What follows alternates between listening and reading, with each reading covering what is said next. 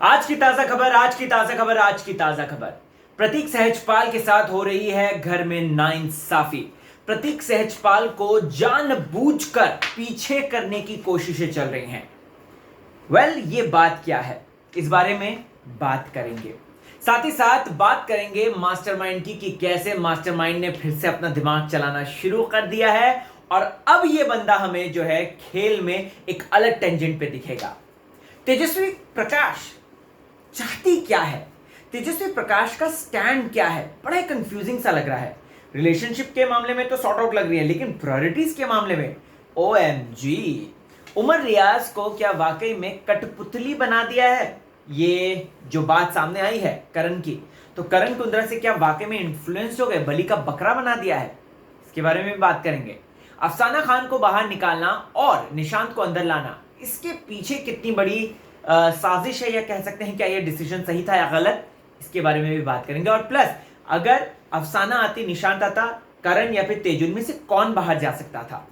तो चलिए शुरुआत करते हैं आज की रिव्यू की। एंड तक सुनिएगा क्योंकि बहुत ज्यादा इंटरेस्टिंग है और बहुत ऐसे पॉइंट लेकर आया हूं जो कि मैं ऑलरेडी अपने टीजर में बता चुका हूं।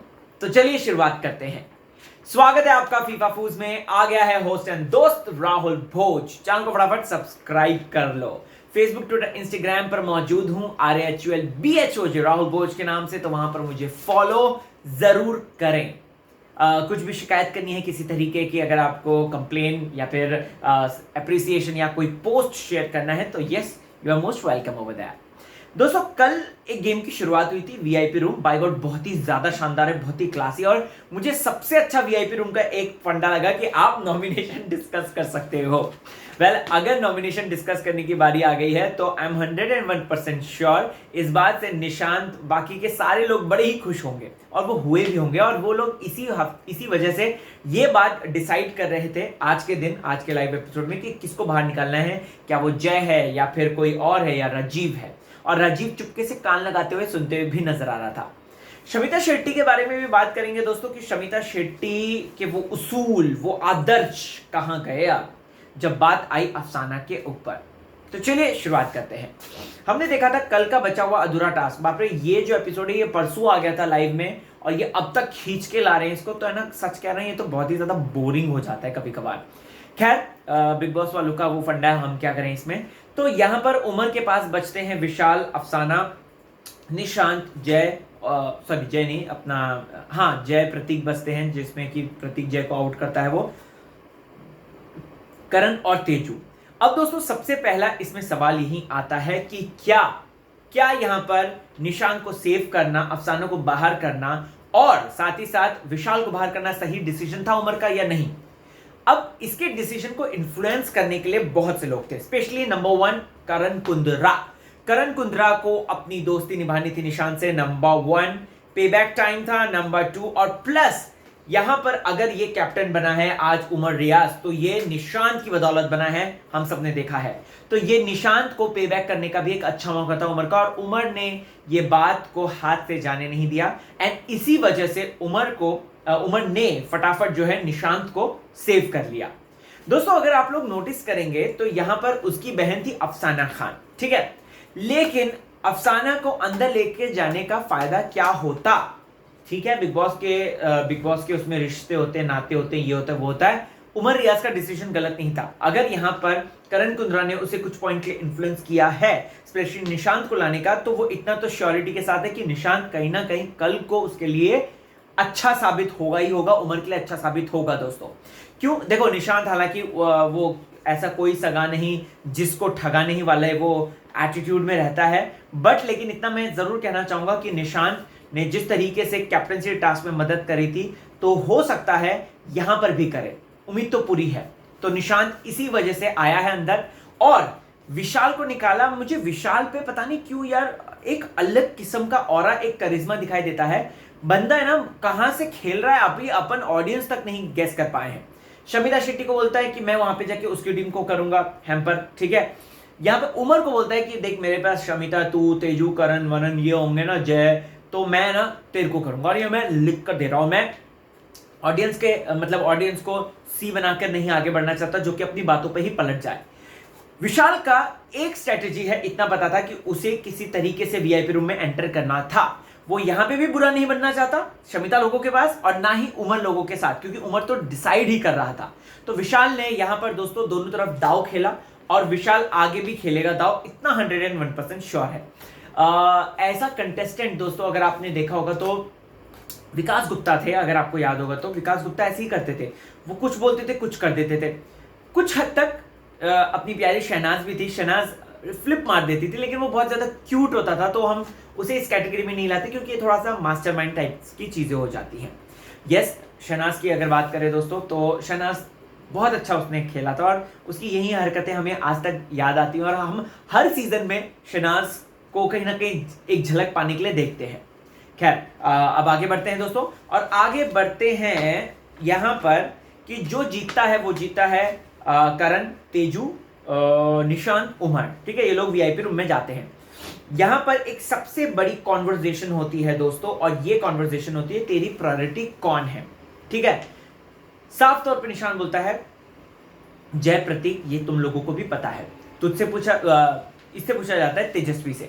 तेजस्वी कहती है जय और प्रतीक मेरी प्रायोरिटी है। ठीक है, उसके बाद करण कुंद्रा बोलता है कि भाई मेरे लिए जो मेरे प्रायोरिटी हैं 3 बंदे, वो इस क्लास मतलब इस वीआईपी सेक्शन में आ चुके हैं, बाकी का मुझे कोई लेना देना नहीं।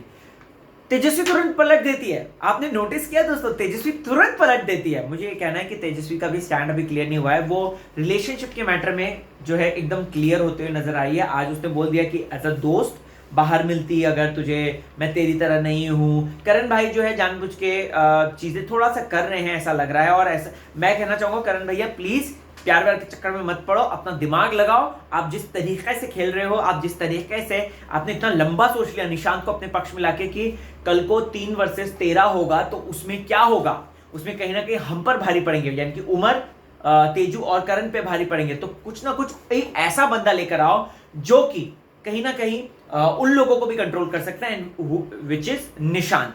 और निशांत ऐसा कर सकता है अगर उमर, तेजू और करण उसे मिल बैठकर समझाएं तो भाई करण कुंद्रा ने लिटरली बहुत दूर की सोची है, and I really appreciate that कि कोई बंदा इतना दिमाग। उमर को हालांकि इस वक्त थोड़ा सा ध्यान देना चाहिए था। उमर इन्फ्लुएंस हुआ है, मैं आपको बता दूं, उमर इन्फ्लुएंस हुआ है, और उसने सही फैसला भी किया निशांत को लाके। कल को निशांत हेल्पफुल हो सकता है। अफसाना की बात करें, अफसाना क्या हेल्पफुल होगी बताओ यार। बंदी सोती रहती है 24 घंटे, बंदी कंटेंट के नाम पर जो है इतना कुछ दे नहीं पा रही अभी, तो उनको लाने का फायदा क्या होता, मुझे बता दो क्या फायदा होता। सिर्फ और सिर्फ ये होता, इंसानियत होती, दोस्ती निभ जाती, लेकिन अल्टीमेटली गेम इस तरीके से आगे बढ़ने वाला है। तो दोस्तों ये कुछ चीजें हैं आज के रिव्यू की जो कि मेन इंपॉर्टेंट थी। वहीं अब प्रतीक सहजपाल के साथ हो रही है नाइंसाफी शो के अंदर, ये बात मैं कहना चाहूंगा। कौन कह रहे हैं ये बात? ये सोशल मीडिया पे वो 2 मिलियन फैंस हैं। Congratulations to Prateek family out there, fans out there, जिनकी वजह से 2 मिलियन पहुंच पाया है। 6 घंटे में 1 मिलियन पहुंच गया था, और बाकी के बचे हुए घंटे में 2 मिलियन पहुंच गया। Congratulations to Prateek fandom out there. तो उन फैंस का ये रिएक्शन है कि ये जानबूझ के बिग बॉस ने इस तरीके का गेम करा है वीआईपी वाला, और पावर्स जो है सिलेक्शन की पावर्स उन लोगों को दी है जो कि प्रतीक के अगेंस्ट है। ठीक है, ये बात बोलते हुए नजर आते हैं, लेकिन यहां पर मैं फैंस को कहना चाहूंगा ऐसा कुछ नहीं होता। उमर ने उस समय प्रायोरिटी नहीं बनाई, ठीक है, कल को प्रतीक की भी बारी आएगी, वो भी प्रायोरिटी नहीं बनाएगा, तो रिलैक्स, गेम है। और प्रतीक में इतनी ताकत है, वो खुद के दम पर लड़ लुड़ के जो है आगे जा सकता है, और वो एग्रेसिवनेस दिखाकर आगे जा सकता है। तो प्लीज इस बारे में बिल्कुल मत सोचिए। और बिग बॉस ये नहीं है कि बिग बॉस ने पार्शियलिटी करी है, नाइंसाफी हुई है प्रतीक के साथ, बल्कि इस सब चीजों से प्रतीक और स्ट्रांग होगा, मुझे ऐसा लग रहा है, और वो वीआईपी के लिए बहुत फाइट करेगा, जो कि वो आज करते हुए नजर आया। अगर आपने नोटिस किया होगा तो यहां पर ये राउंड शुरू हो गया था, जो वो सोने के कॉइन्स वाला जो था, वो वाला राउंड शुरू हो गया था दोस्तों, कोल माइन वाला, हाँ गोल्ड माइन वाला। तो अगर आपने नोटिस किया होगा, अफसाना को बचाने का पूरा प्लान बनाया उमर ने। ठीक है, करण और उमर की एक बात जो थी, जो अफसाना को कन्फ्रंट कर रहे थे, मुझे ना पता नहीं क्यों जेन्युइन नहीं लगी, क्योंकि वो करण ही था जिसने बोला कि यहाँ पे नॉमिनेशन है, डिस्कस ये वो है, ऐसा है, तो अब इसमें हम अफसाना को थोड़ी ना बोलेंगे अफसाना क्या करेगी आकर, अफसाना क्या कर लेगी, जो कि जेन्युइन और वैलिड पॉइंट था, बट उस पर अफसाना को मनाने जाना वो थोड़ा सा मुझे ऑकवर्ड लगा। और मुझे लगा कि ठीक है, उसको इतना हम तेरे हाथ जोड़ते हैं, पैर पड़ते हैं, ये सब बोलने की जरूरत शायद नहीं थी। Are you agree with me or what like? So comment करके जरूर बताइएगा ये बात को लेकर। अफसाना खान पे तांडव मचा दिया है दोस्तों, और अफसाना खान अभी जो है एकदम बवाल मचा रही है, क्योंकि अफसाना खान ने अपने हाथ की नस काटने की कोशिश करी है जब उमर और करण ने इस तरीके से नेक्स्ट राउंड में उसको निकाला है। तो यहाँ पर नेहा आउट होती है, जेन्युइन आउट होती है वो, उस पर लड़ाई भी होती है, शमिता आती भी है गुस्से में, उस पर लड़ाई होती है, प्लस राजीव के आउट होने पे होती है, अफसाना को सेफ क्यों किया जा रहा है इस पर भी लड़ाई होती है। मैं इतना कहना चाहूंगा इस बात को लेकर कि शमिता शेट्टी जो कि कहती थी कि उमर एग्रेसिव है, ये करता है वो करता है, अभी मैडम कितना गुस्से में दिखी, आपने नोटिस किया मैडम कितना गुस्से में दिखी, तो वो क्या था, वो गुस्सा नहीं है क्या? तो ये चीजें समझनी चाहिए, ये गेम है और शमिता को वही चीज को बार बार टारगेट नहीं करना चाहिए उमर को, ऐसा मुझे ऐसा लगता है।